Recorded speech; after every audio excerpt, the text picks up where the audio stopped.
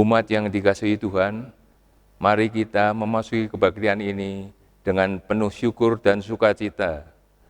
Bersorak-sorailah bagi Tuhan, hai seluruh bumi. Bergembiralah, bersorak-sorailah dan bermazmurlah. Marilah kita bangkit berdiri dan memuji namanya dari PKJ 1 ayat 1 dan 3, Apadi tak tampak.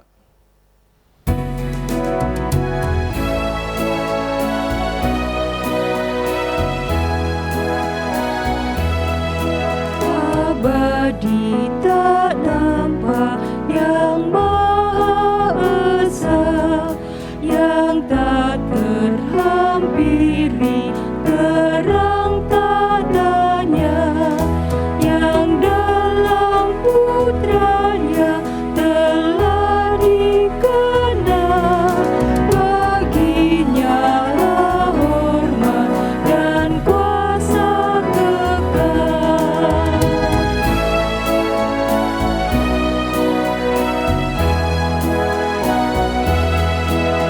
Engkaulah yang hidup kekal selamanya, segala yang hidup Engkau dasarnya.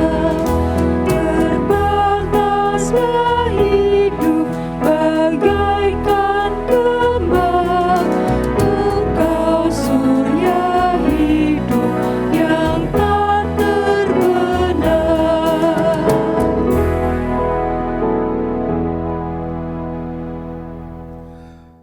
Marilah kita bersama-sama memulai ibadah kita dengan sebuah pengakuan bahwa ibadah kita berlangsung di dalam nama Tuhan yang menjadikan langit dan bumi dan tetap setia memelihara perbuatan tangannya.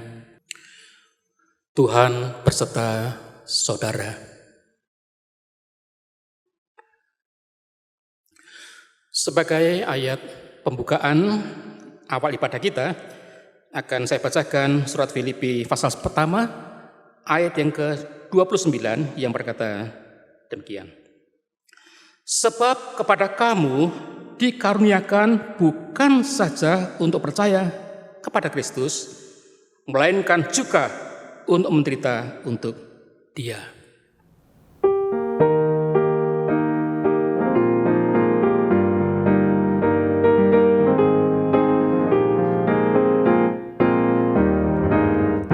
Agungkan kuasa namanya, malaikat bersujud. Nobatkan Raja mulia dan puji Tuhanmu. Nobatkan Raja mulia dan puji Yesus Tuhanmu.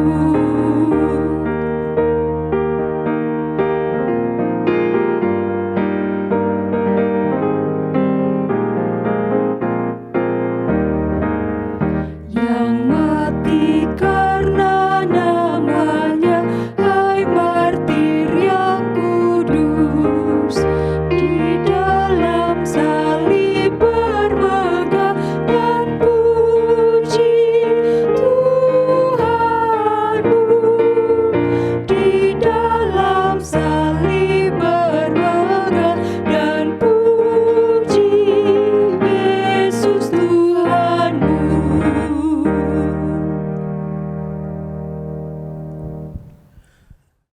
Sebelum kita melanjutkan ibadah ini, mari kita bersama-sama datang di dalam doa pengakuan dosa kepada Tuhan. Mari kita berdoa.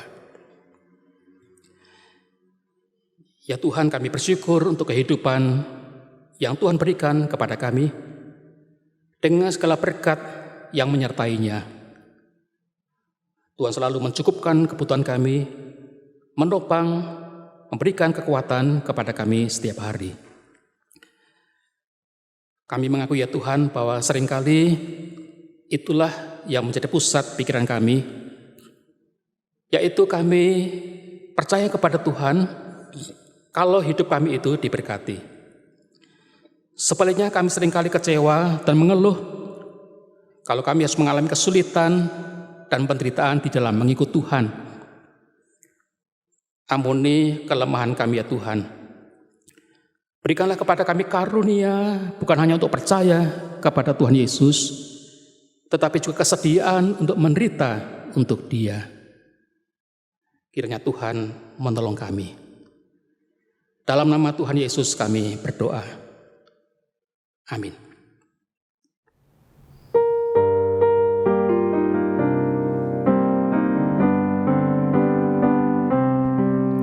Ku ingin menghayati sengsara Tuhanmu, semoga ku dapati ya Yesus rahmat-Mu.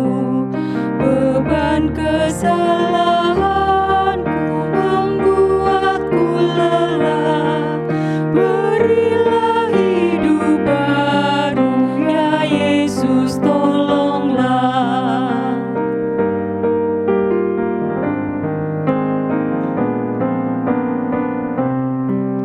Oh, ingat akan daku yang hilang tersesat, bertimbunlah dosaku yang menekan berat. Jalan-Mu ku lalaikan, hidupku bercela. Engkau penuh kebaikan ya Yesus, tolonglah. Berita anugerah akan saya bacakan dari surat Roma pasal kelima ayat yang ke-6 sampai dengan yang ke-8 yang demikian bunyinya. Karena waktu kita masih lemah, Kristus telah mati untuk kita orang-orang durhaka pada waktu yang ditentukan oleh Allah. Sebab tidak mudah seorang mau mati untuk orang yang benar, tetapi mungkin untuk orang yang baik ada orang yang berani mati. Akan tetapi Allah menunjukkan kasih-Nya kepada kita oleh karena Kristus telah mati untuk kita ketika kita masih berdosa. Demikianlah berita anugerah dari Tuhan.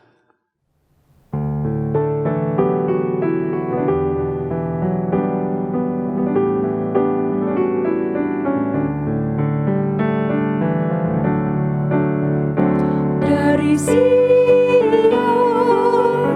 puncak keindahan, Allah tampil bersinar, Allah tampil bersinar. Langit kabarkan keadilannya, sebab Allah sendiri adalah hakim. Dari Sion, puncak keindahan, Allah tampil bersinar, Allah tampil bersinar. Langit kabarkan keadilannya, sebab Allah sendiri adalah hakim.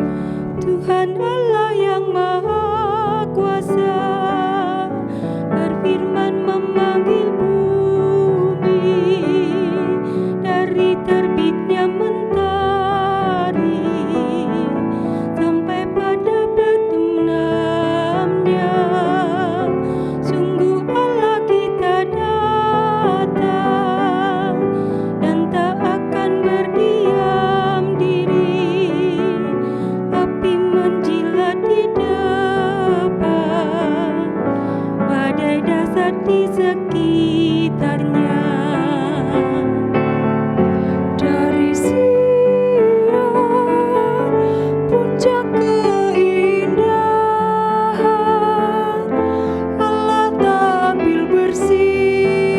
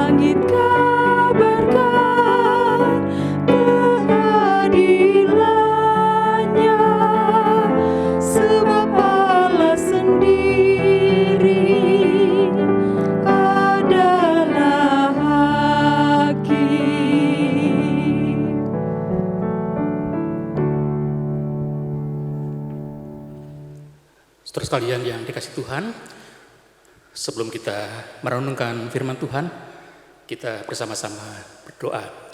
Mari kita bersama-sama berdoa. Bapa di surga, kami bersyukur bisa beribadah pada hari ini. Dan sekarang kami mau mendengarkan pemberitaan firman Tuhan. Kiranya Tuhan menerangi hati dan pikiran kami, sehingga kami bisa mengerti pesan-pesan Tuhan melalui firman-Mu hari ini. Bersabdalah kepada kami ya Tuhan, kami mau mendengarkannya. Kami berdoa di dalam nama Tuhan Yesus, firman Allah yang hidup. Amin. Jemaat yang dikasihi Tuhan, bacaan kita hari ini diambil dari Markus 9 ayat 2 sampai dengan ayat yang ke-9. Demikian firman Tuhan. 6 hari kemudian Yesus membawa Petrus, Yakobus, dan Yohanes, dan bersama-sama dengan mereka ia naik ke sebuah gunung yang tinggi. Di situ mereka sendirian saja. Lalu Yesus berubah rupa di depan mata mereka, dan pakaiannya sangat putih berkilat-kilat. Tidak ada seorang pun di dunia ini yang dapat mengelantang pakaian seperti itu. Maka nampaklah kepada mereka Elia bersama dengan Musa. Keduanya sedang berbicara dengan Yesus. Kata Petrus kepada Yesus, "Rabi, betapa bahagianya kami berada di tempat ini. Baiklah kami dirikan 3 kemah, 1 untuk engkau, 1 untuk Musa, dan 1 untuk Elia." Ia berkata demikian sebab tidak tahu apa yang harus dikatakannya karena mereka sangat ketakutan. Maka datanglah awan menaungi mereka dan dari dalam awan itu terdengar suara, "Inilah anak yang kukasihi, dengarkanlah dia." Dan sekonyong-konyong waktu mereka memandang sekeliling mereka, mereka tidak melihat seorang pun lagi bersama mereka, kecuali Yesus seorang diri. Pada waktu mereka turun dari gunung itu, Yesus berpesan kepada mereka, supaya mereka jangan menceritakan kepada seorang pun apa yang telah mereka lihat itu, sebelum Anak Manusia bangkit dari antara orang mati. Demikianlah sabda Tuhan. Jemaat sekalian yang dikasih Tuhan,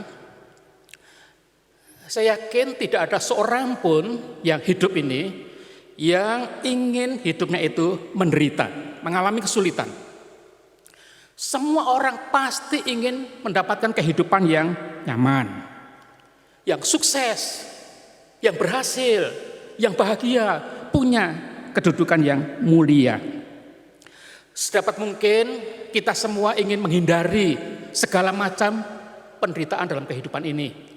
Kita tidak ingin sakit, kita tidak berharap rugi, kita juga takut gagal, kita juga tidak mau susah, pokoknya kita ingin yang sebaliknya. Kalau bisa, hidup ini selalu senang, selalu enak, selalu nyaman, selalu banyak rezeki dan sebagainya. Jangan sampai kita ini susah, menderita. Kalaupun kita mau bersusah-susah, itu juga harapannya supaya kita bisa hidup bahagia, supaya kita bisa hidup sukses. Dan bahkan bukan hanya untuk kita, bukan hanya kita yang tidak ingin menderita, kalaupun kita sampai menderita, kita masih berharap anak-anak kita besok tidak hidup semenderita orang tuanya. Kita ingin mereka itu hidupnya lebih baik dari kita semua. Nah, ini harapan semua orang. Orang mengharapkan hidupnya sukses, berhasil, nyaman, banyak rezeki, dan sedapat mungkin tidak mengalami kesusahan apapun dalam kehidupan ini. Nah, sama sekalian, bagaimana dalam kehidupan beragama? Bagaimana dalam kehidupan kita sebagai anak-anak Tuhan yang percaya kepada Tuhan Yesus Kristus? Apa yang kita harapkan dari percaya kepada Yesus? Apa yang kita inginkan dengan menjadi orang Kristen, menjadi pengikut Tuhan Yesus? Coba mari kita renung sejenak. Bagaimana kita memandang Tuhan Yesus itu? Siapa dia dalam kehidupan kita? Dan apa yang kita harapkan dari Tuhan itu? Nah, jujur, bukankah kita seringkali menganggap Yesus itu sebagai sumber berkat, yang memberikan berkat kepada kita, sumber segala yang baik, itulah yang kita harapkan. Apa yang kita harapkan kalau kita itu percaya kepada Yesus, mengikut Tuhan? Kita mengharapkan mendapat banyak berkat, mendapat banyak hal yang kita butuhkan dalam kehidupan ini, bukan? Kita ingin hidup kita selalu diberkati. Nah, kita ingat beberapa waktu yang lalu sampai muncul sebuah aliran yang namanya teologi sukses, yang mengatakan bahwa kalau ikut Tuhan pasti akan sukses, akan kaya raya, akan sukses, berhasil, dan sebagainya. Dan itu banyak orang yang senang. Ikut Yesus dijanjikan enak, mendapat banyak berkat, tidak mengalami kesusahan hidup, dan sebagainya, dan sebagainya. Pertanyaannya, kalau yang terjadi ternyata sebaliknya, mengikut Tuhan malah ternyata sulit, susah, menderita, bagaimana sikap kita? Kalau kita mau merenungkan sebetulnya dalam hidup ini, selalu ada dua sisi ini, bukan? Ada sisi yang menyenangkan, ada juga sisi yang tidak menyenangkan. Ada keberhasilan, tapi kadang juga ada kegagalan. Ada kenikmatan, tapi kadang-kadang juga ada kesulitan, penderitaan, dan sebagainya. Firman Tuhan hari ini akan kita renungkan sejenak, dan mari kita bersama-sama mau melihat pesan apa yang ada dalam bacaan kita hari ini. Kita perhatikan apa yang dipesankan melalui firman Tuhan saat ini. Kisah yang kita baca tadi di dalam Alkitab kita, terjemahan Lembaga Alkitab Indonesia, diberi judul Yesus dimuliakan di atas gunung. Yesus dimuliakan di atas gunung. Dan peristiwa ini terjadi sesudah pengakuan Petrus yang sangat penting itu. Petrus mengatakan kepada Yesus, "Engkau adalah Mesias." Itu pengakuan yang sangat penting, yang sangat mendasar. Dan segera setelah pengakuan yang penting itu, Tuhan Yesus lalu memberitahukan kepada para muridnya bahwa dia akan menderita, akan ditangkap, akan disalibkan, dan kemudian akan mati dikuburkan. Sampai 3 kali Tuhan Yesus mengatakan yang seperti itu. Dia menceritakan penderitaannya sampai 3 kali, bahwa dia akan disalibkan. Dan Tuhan Yesus juga menegaskan bahwa siapa yang mau mengikut dia, ada syarat. Dan syaratnya juga cukup berat. Barang siapa mengikut aku, katanya, dia harus yang pertama menyangkal dirinya. Yang kedua, memikul salibnya. Dan yang ketiga, mengikut aku. Ini syarat yang tidak mudah. Menyangkal diri itu berarti berkata tidak kepada kehendak diri sendiri dan berkata ya kepada kehendak Allah, dan itu tidak selalu gampang.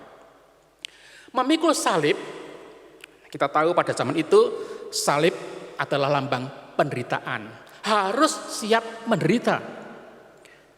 Mengikut aku berarti tidak mengikuti jalannya sendiri. Kemana Yesus pergi, pengikutnya harus ikut di belakangnya.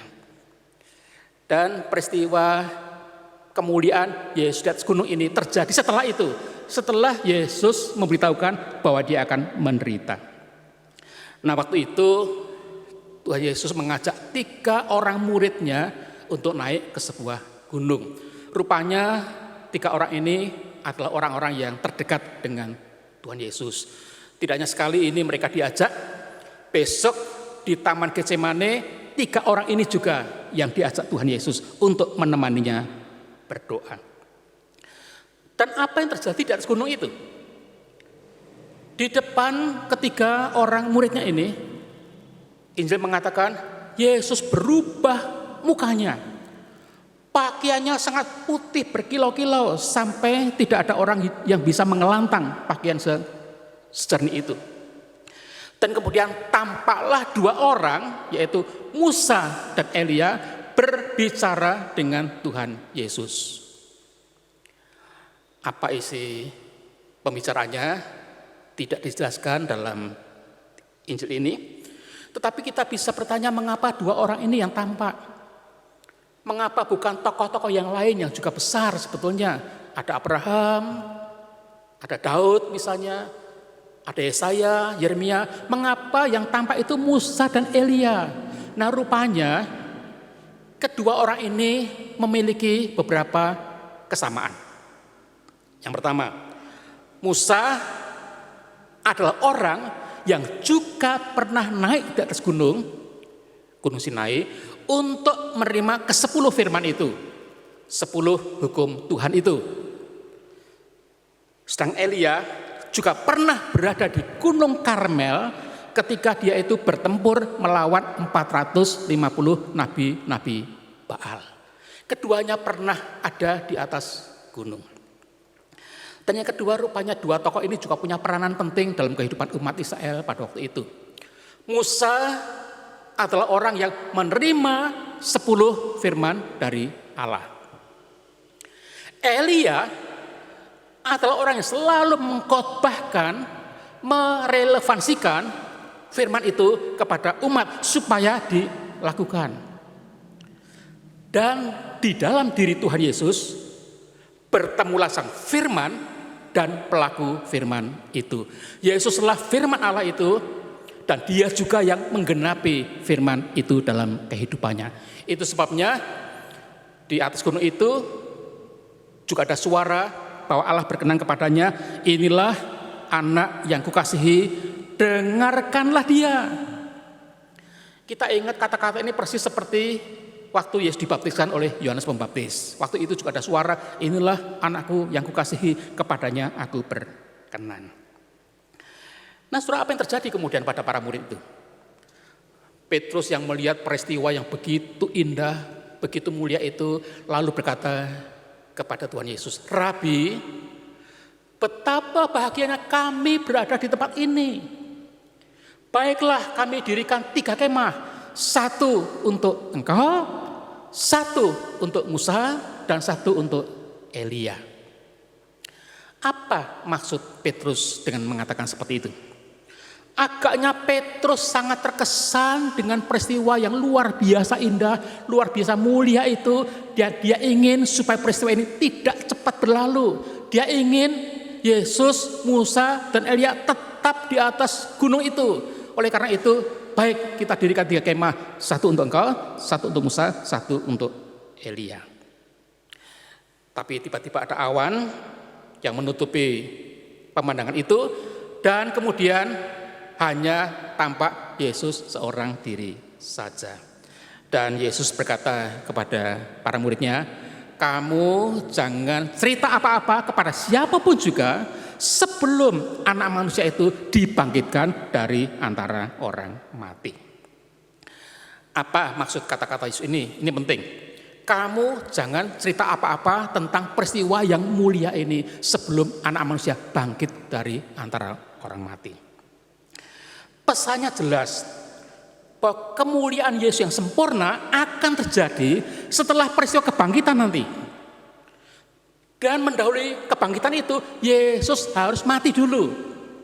Setelah dia mati, baru bangkit, baru kamu ceritakan peristiwa yang kamu lihat ini. Dan itu berarti tidak ada kemuliaan tanpa penderitaan. Tidak ada hal yang indah, yang mulia yang didapat kalau orang tidak mau menderita terlebih dahulu. Ini saya kira pesan yang sangat penting dari peristiwa transfigurasi atau kemuliaan Yesus di atas gunung ini. Dan oleh karena itu, ini pesan tersembunyi bagi para murid, kalau ingin mengikut aku, jangan hanya berpikir, berharap, ingin yang mulia saja, tapi tidak mau mengalami kesulitan atau penderitaan. Tidak pernah ada penderitaan yang didapatkan tanpa melalui, tidak ada kemuliaan didapatkan tanpa melalui penderitaan. Ini pesan yang sangat penting. Teman sekalian yang kasih Tuhan, sebenarnya prinsip ini bisa kita dapatkan dalam kehidupan kita sehari-hari kok. Dalam hidup sehari-hari kita juga mengenal prinsip ini, bukan? Tidak ada keberhasilan, kesuksesan, kemuliaan kalau orang tidak mau mengalami kesulitan dan penderitaan. Contohnya, siswa atau mahasiswa yang kepengen lulus dengan nilai yang baik harus mau tekun belajar. Dan belajar itu juga sebuah penderitaan, bukan? Jauh lebih enak bersantai-santai, jalan-jalan ke mall, hangout, dan sebagainya itu. Tetapi kalau orang ingin lulus dengan nilai baik, dia harus mau tekun belajar di kamar belajarnya. Dan itu sejenis penderitaan, bukan? Kalau orang kepingin punya badan yang sehat, dia harus mau berolahraga. Dia harus mau mengikuti anjuran dokter untuk berpantang, untuk diet, dan sebagainya. Dan itu juga sejenis penderitaan, bukan? Mana lebih enak? Bangun pagi-pagi lalu senam, berolahraga, atau tetap tidur, selimutan pas cuaca dingin? Kalau kepingin sehat, orang juga harus mau sulit, mau berjuang, mau menderita. Bagaimana kita bisa sukses dalam kehidupan, berhasil dalam kehidupan? Tentunya kita juga mau kerja keras. Tidak pernah ada hasil tanpa usaha, bukan? Kita kerja keras, berhemat, tekun. Ada ungkapan mengatakan no gain, no pain, no gain. Tidak ada hasil kalau kita tidak mau berkeringat terlebih dahulu. Nah, dalam mengikuti Yesus juga sama halnya.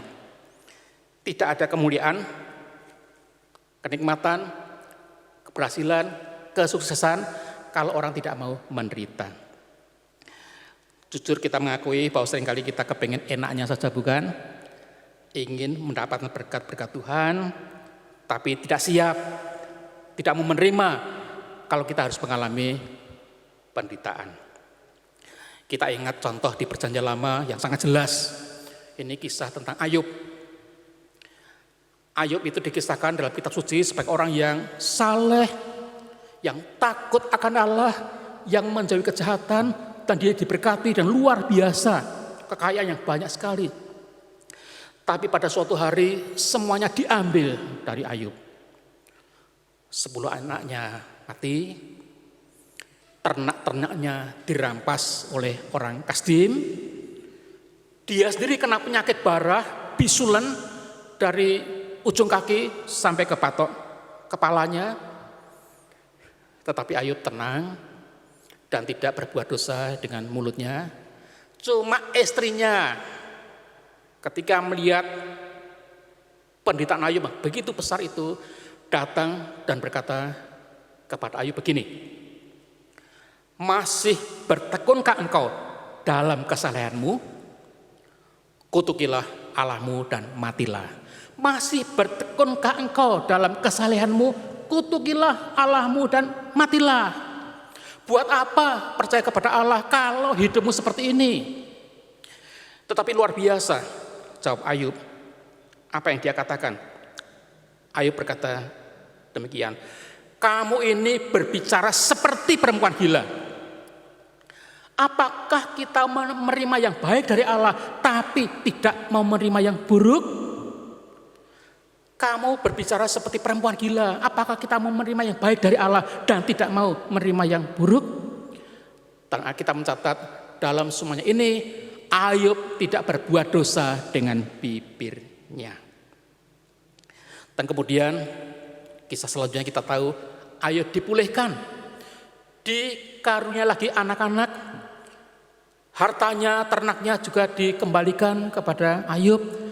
Dia bisa tekun dalam penderitaannya dan datanglah kemuliaan yang dari Tuhan itu. Nah, contoh lain dalam Perjanjian Baru, kita kenal seorang tokoh yang namanya Stefanus. Ini yang bersaksi bahwa Yesuslah Mesias yang dijanjikan itu. Dan apa yang dialami oleh Stefanus? Orang-orang tidak suka mendengarkan khotbah Stefanus itu dan kemudian melemparinya, merajaminya dengan batu sampai mati. Dan sebelum mati, Stefanus menengadah ke langit dan dia berkata, aku melihat langit terbuka dan anak manusia berdiri di samping kanan Allah Bapa. Stefanus bisa melihat kemuliaan itu. Kematiannya tidak sia-sia karena dia mau menderita, dia dimuliakan oleh Tuhan sendiri. Pertanyaannya, Bagaimana dengan kita? Apa kita juga siap untuk seperti itu? Apa kita juga tahu bahwa penderitaan itu kaitannya dengan kemuliaan? Kemuliaan itu harus didahului dengan penderitaan juga. Dalam pelayanan di gereja, saya kira soal ini juga jelas. Saya berikan contoh, misalnya, kalau saudara ikut KUR, paduan suara di gereja, mana yang lebih bagus paduan suara nanti? Kalau sebelumnya ada banyak latihan, banyak persiapan, atau hanya latihan sekali saja? Nah, kita bisa menjawabnya dengan jelas. Dengan banyak latihan, maka akan tampil dengan bagus. Luarnya tidak susuan, bisa rapi, ditata, nyanyi juga bisa kompak, penampilannya bisa bagus, dan itu didapatkan, didahului dengan latihan. Beberapa kali, yang panjang, melelahkan, mungkin juga bosan, penderitaan. Tapi hasilnya adalah kemuliaan. Atau kalau ada di antara saudara yang menjadi guru sekolah minggu, saudara mungkin punya pengalaman ya, bagaimana mengajar anak-anak. Saudara kalau cukup mempersiapkan diri untuk bercerita, pasti saudara akan cerita dengan lancar.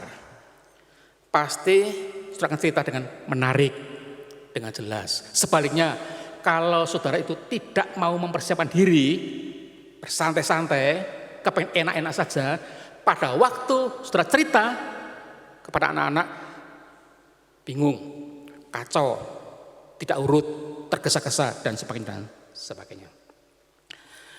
Nah, sekali lagi, peristiwa Yesus dimuliakan di atas gunung ini memberi pesan pada kita bahwa tidak ada kemuliaan tanpa penderitaan. Orang mengikuti Yesus juga harus bersedia menjalani penderitaan sebelum nanti dia mendapatkan kemuliaan itu. Yesus sendiri sudah seperti itu. Kemuliaannya dari Bapa diperolehnya dalam ketaatannya menjalani jalan penderitaan. Dan memang rupanya bersedia menderita itu anugerah dari Tuhan. Bukan berasal dari kemauan kita sendiri. Dalam surat Filipi pasal 1 ayat 29, Paulus pernah berkata begini, sebab kepada kamu dikaruniakan, bukan saja untuk percaya kepada Tuhan, tetapi juga untuk menderita untuk Dia. Nah, karena itu, marilah kita juga membuka hati kita untuk menerima karunia bersedia menderita demi Tuhan itu sebelum datang kemuliaan nanti. Mari kita juga tetap setia menjadi murid Yesus dalam setiap situasi. Bukan hanya ketika banyak berkat Tuhan datang. Bukan hanya ketika situasi menyenangkan. Tapi dalam semua keadaan pun kita tetap mau menjadi pengikut Tuhan Yesus. Sekali lagi, tidak ada kemuliaan tanpa penderitaan. Kiranya Tuhan memberkati kita. Amin.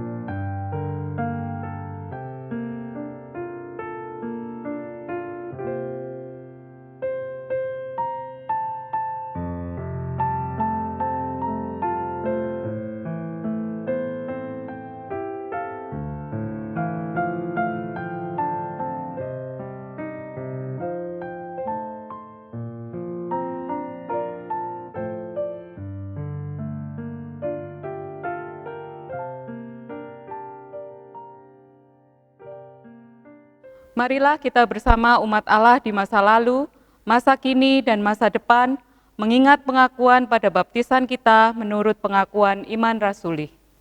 Aku percaya kepada Allah, Bapa yang Maha Kuasa, Khalik langit dan bumi, dan kepada Yesus Kristus, anaknya yang tunggal Tuhan kita, yang dikandung daripada Roh Kudus, lahir dari anak darah Maria, yang menderita sengsara di bawah pemerintahan Pontius Pilatus, disalibkan, mati dan dikuburkan, turun ke dalam kerajaan maut, pada hari yang ketiga, bangkit pula dari antara orang mati, naik ke surga, duduk di sebelah kanan Allah, Bapa yang Maha Kuasa, dan dari sana ia akan datang untuk menghakimi orang yang hidup dan yang mati.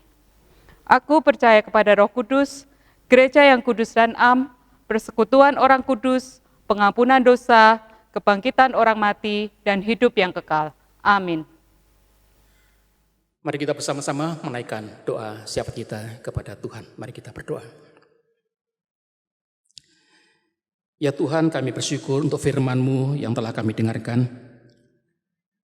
Kiranya itu meneguhkan iman kami kepadamu, ya Kristus, agar supaya kami bersedia kalau kami harus menderita, karena sebelum kemuliaan datang, itulah jalan yang Engkau tempuh. Teguhkanlah iman kami selalu, agar supaya kami setia mengikut Tuhan dalam semua keadaan, dalam setiap situasi, baik yang menyenangkan ataupun yang kurang menyenangkan. Terima kasih Bapa, kalau kami boleh beribadah saat ini. Kami mendoakan anak-anak-Mu yang ada di rumah, dalam keseharian mereka, dalam pekerjaan mereka, dalam kesehatan mereka. Tuhan yang memberikan penghiburan ketika mereka mulai bosan. Tuhan yang datang menjadi sahabat yang menemani di kala mereka kesepian dan dalam pergumulan. Dan Tuhan memelihara kehidupan mereka hari demi hari. Kami juga berdoa ya Tuhan bagi bangsa kami yang telah mulai vaksinasi bagi masyarakat. Tuhan berkati agar supaya program pemberian vaksin ini bisa berjalan dengan lancar dan banyak orang tertolong, masyarakat bisa menjadi lebih sehat. Tuhan berkati pemerintah kami yang terus berupaya untuk menyelesaikan masalah pandemi COVID-19 ini. Tuhan berikan kepada pemerintah bangsa kami ini kemampuan untuk bekerja dengan sebaik-baiknya. Tuhan juga berikan kepada masyarakat untuk terus tetap mengikuti protokol kesehatan, sehingga negara kami bisa segera terbebas dari pandemi COVID-19 ini. Kami juga berdoa ya Tuhan bagi gereja-Mu di sini. Tuhan terus berkati pelayanan yang dilakukan dalam bentuk yang baru sesuai dengan kondisi dan situasi saat ini. Berkatilah ya Tuhan orang-orang yang terus melayani dalam situasi yang tidak menentu ini. Dan biarlah karya Tuhan juga boleh terus dirasakan oleh masyarakat di sekitar kami tinggal. Kami juga berdoa ya Tuhan bagi anak-anak kami yang bersekolah. Kalau mereka tetap harus belajar dari rumah, Tuhan juga sertai berkati sehingga mereka tidak bosan dan bisa mengikuti pelajaran secara online dengan baik. Dan kami serahkan juga ya Tuhan hidup kami, diri kami masing-masing dalam tangan Tuhan. Biarlah kami tetap sehat, tetap bisa beraktivitas, melakukan hal yang perlu kami kerjakan. Kami serahkan doa kami di dalam nama Tuhan kami, Yesus Kristus. Amin. Persembahan adalah wujud ungkapan syukur kita atas segala berkat pemeliharaan Tuhan dalam hidup.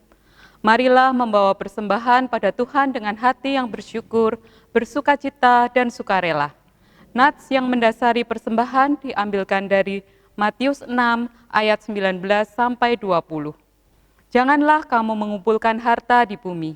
Di bumi, ngengat dan karat merusaknya, dan pencuri membongkar serta mencurinya. Tetapi kumpulkanlah bagimu harta di surga. Di surga, ngengat dan karat tidak merusaknya, dan pencuri tidak membongkar serta mencurinya. Marilah kita memberikan persembahan kita dengan menyanyikan lagu Bawalah Persembahan Hidupmu.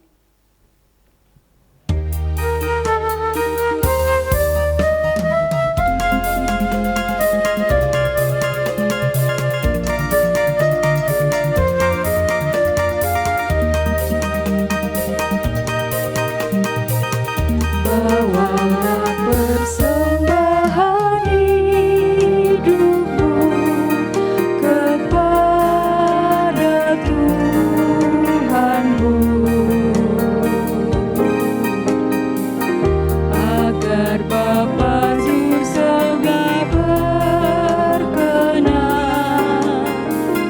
mengambil tanda kasih-Mu. Bawalah hati indah berseri kepada Al-Masih, agar Bapa di surga berkenan mengambil bakti diri-Mu. Lenyaplah gundah gulana hati, semarak kini medan berbakti,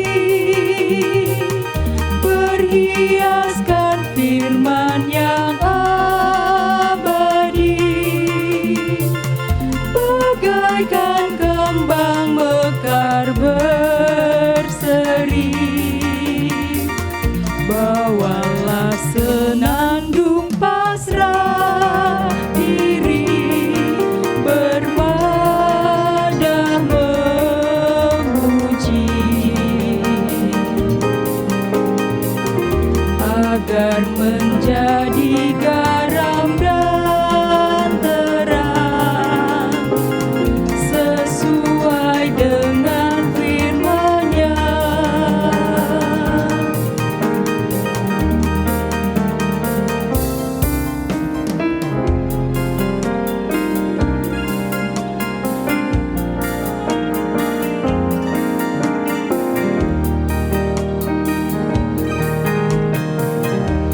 Kehidupan yang dipimpin Tuhan dengan Roh yang kudus, sukacita, damai, pengharapan mewarnai kehidupan. Barang siapa jadi miliknya hidup penuh kasih, kesetiaan, damai, sejahtera, dan penguasaan diri. Kasihilah Bapa di surga dengan segenap jiwa dan raga. Kasihilah sesama manusia seperti pada diri sendiri. Itulah buah-buah Roh Tuhan, kasih yang sejati, agar nyata dalam kehidupan di dalam dunia ini.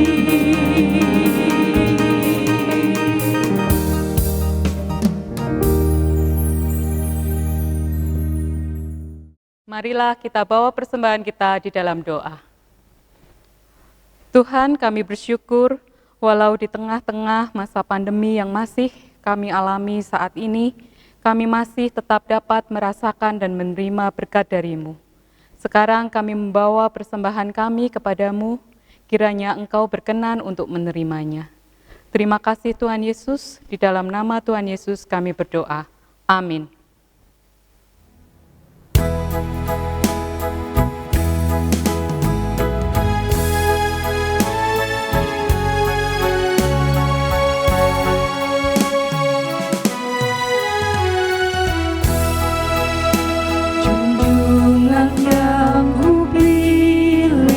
Yesusku penebus yang bangkit dari mati, berkuasa seterus. Kendati banyak orang mengejek mencela, ku ikut suaranya lembut mesra. Benar, benarlah hidup Yesusku, bersamaku di jalanku, suaranya ku dengar. Benar, benarlah hidup Yesusku, di mana Dia ku dengar, di dalam hatiku.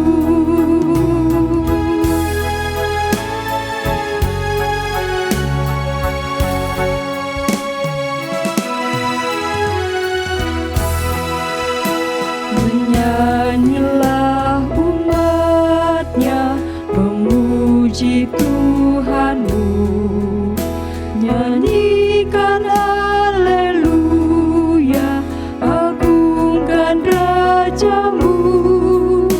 Harapan bagi orang yang mau mencarinya, sebab Yesusmu hidup selamanya.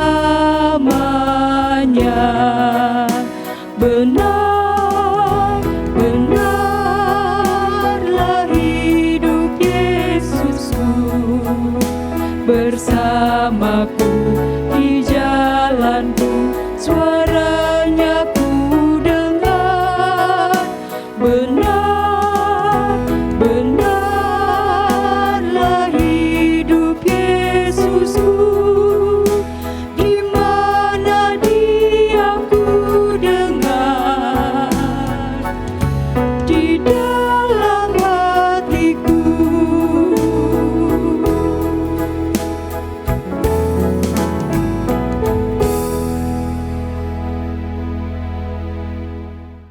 Ini arahkanlah hatimu kepada Tuhan, jadilah saksi Kristus dan terimalah berkat Tuhan. Kasih karunia Tuhan Yesus Kristus, kasih Allah Bapa, persekutuan Roh Kudus menyertai saudara sekalian hari ini sampai selama-lamanya. Amin.